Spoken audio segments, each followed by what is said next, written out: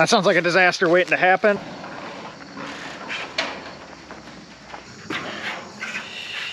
Look at that guy go.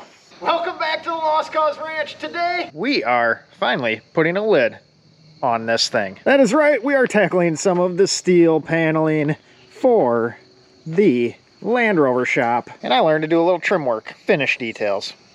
Well, not finished, like middle of the road details. For those of you not up to date on what is going on, we sold one shop and now the Rovers do not have a home, but we're in the process of changing that. Where's all the traffic coming from, Sasha? But yesterday we got a start on the steel. We got to get the soffit done first before we can do the roof, because that top trim is underneath the roof panels. So on the front here, I just have the F channel and the individual soffit panels. Those are 16-inch panels. That is kind of a tedious process. On the back, we have the soffit panels all the way and just have that little piece of trim left to do. We have some of our trim laid out, quite a bit more in the crate. And as you can see, the weather is starting to turn. We're gonna be running out of time on this project, so better get to cracking. Look at her, she's in her supervisor corner.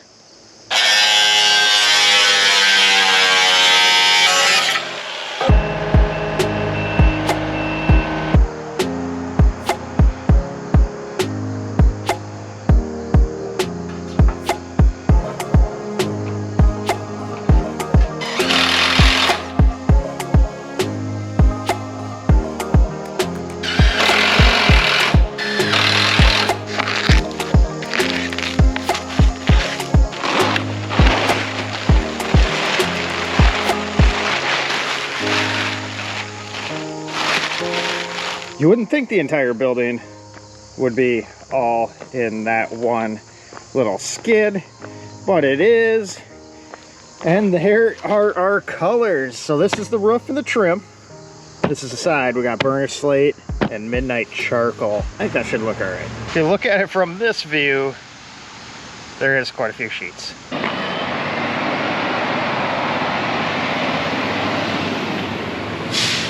Who's taking our trash?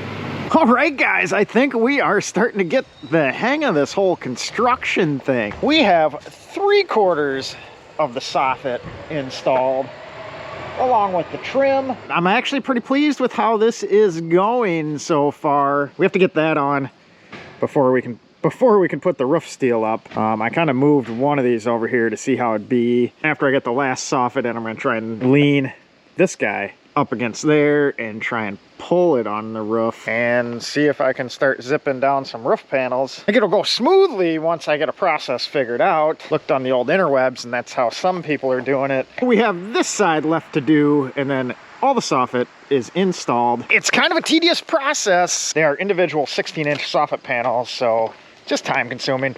Isn't terrible work. I will have to admit, I messed up. I know it's hard for you to believe that I'm not perfect, but on this side here, I didn't do the overlaps correct, so I'll have to go back and fix that. And the reason for that is, I didn't know. And they got like this little hemlock on the bottom there. On the other piece, you trim off the lip. That allows you to slide that in. Me, I just kind of overlapped it. So, not correct, have to fix it. When you do it that way, it just kind of sits on top and leaves a bigger gap. I did do it correctly on the other ones though, and as you can see, well, better you can't really see the overlaps as much. It smooths it out and the steel sits much happier. This is kind of tedious detail work, but it is fun seeing color on the building.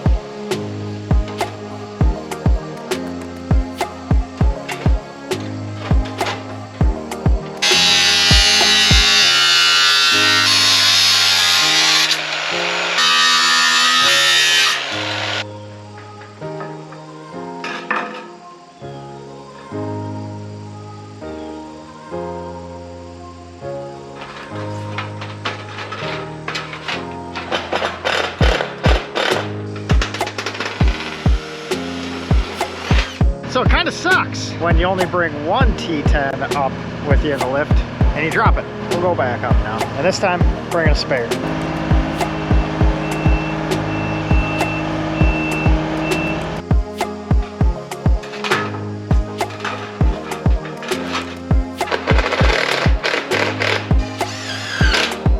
I'd say that's half decent for a guy who doesn't know what he's doing. That would be me. I mean, it's a good thing it's 16 feet up. It's hard to notice any mistakes, but no, it's actually not too bad.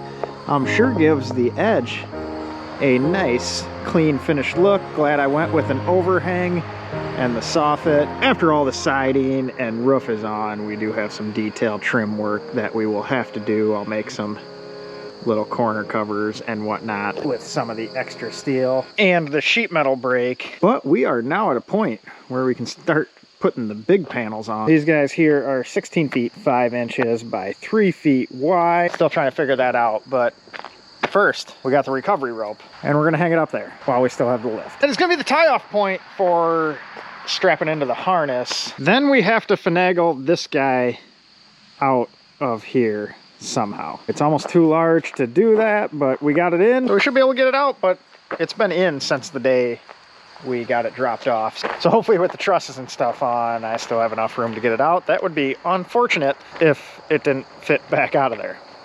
Would be a Joe move though.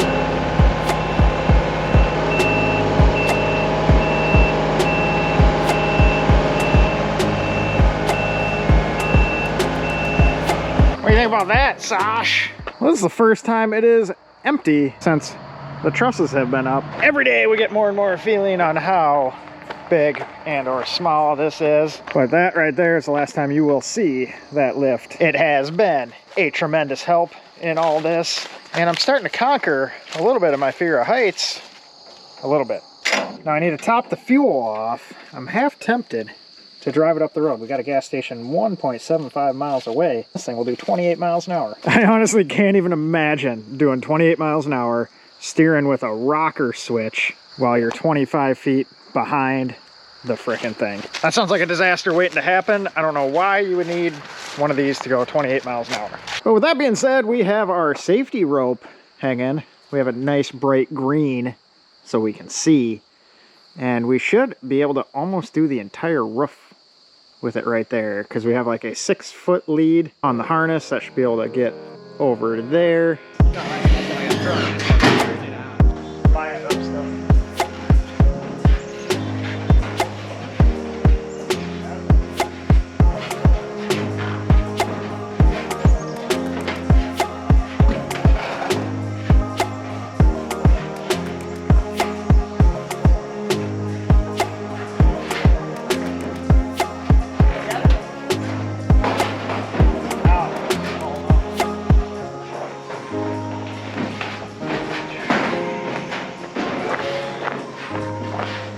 See, I always lose my gloves where I set them, so we're just gonna have Sasha carry those for the time being. We're gonna go up and stick some foam. This goes under the end of the steel to seal anything up. No critters, I guess, I don't know. Also have to bring some paper towels up because, of course, it rained again this morning.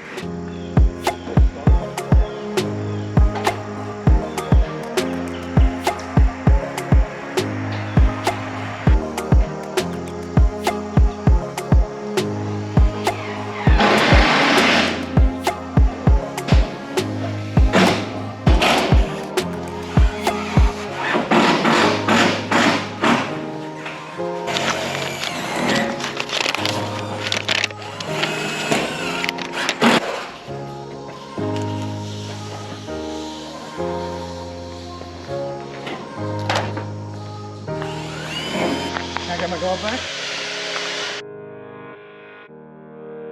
If you're cheating it that much, I'll leave it right where it's at, probably. Okay. That looks good.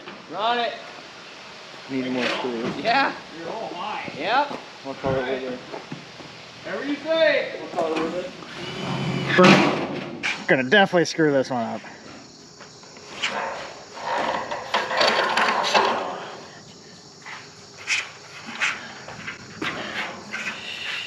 Look at that guy go.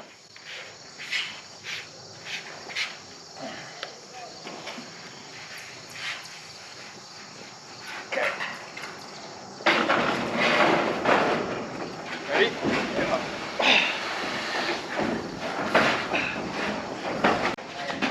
Now we're all fucked. That's gonna go fucking horrible. Drive.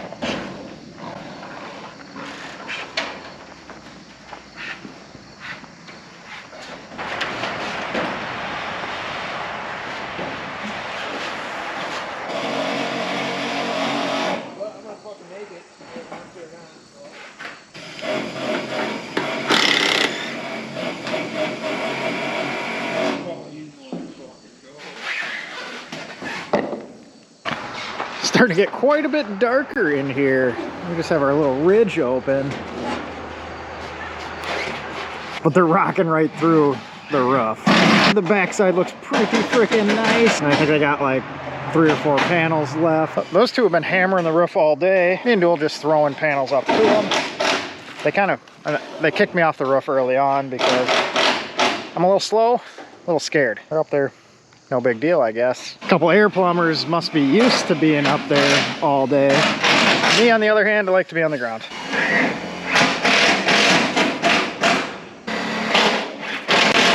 It's hard to see because the thing is so tall. Those guys freaking knocked it out of the park today. I'm actually shocked. It was all done in just a few hours today. 2 up top, went and set 15 pounds of screws in to the roof, and now we are undercover. Last night I got the first panel, that one there, squared up with a couple screws in it. I kind of timed it out. If I would have had to do this all myself, it probably would have took 5 weeks, and we probably would have had snow, and that probably wouldn't have went well. These guys did it. We tossed some sheets up to them. They screwed it all off without chooching anything up, and none of them fell, which is even better than not messing the steel up. Unfortunately, now that we're starting to get some cover on, it does feel smaller inside, looks bigger outside, but that's the way she goes. And you can already hear somewhat of an echo with just tin and no sidewalls, and it got quite a bit darker in here. Definitely gonna need to get some lights and a bunch of them. Really starting to feel like we are hitting the home stretch on at least the shell of the new Rover shop, and soon enough, that guy there, that 1967 Land Rover Series 2A 109 will have some cover over its head. Next week, I'll try and finagle some side steel up, although that may be interesting rocking that solo, but I think we can manage. Really appreciate the help from the other guys, and as always, appreciate you guys watching. We will be back with some good news, hopefully. On the LS3 Defender front, we may have found some parts that have been missing since like June, might even been March. This year's been a blur, and the last few months have been tackling this guy. It has been a very rewarding and humbling process, learning how to build your own shop, as long as it doesn't fall over. We'll catch you guys on the next one. No, you gotta jump over, like Superman.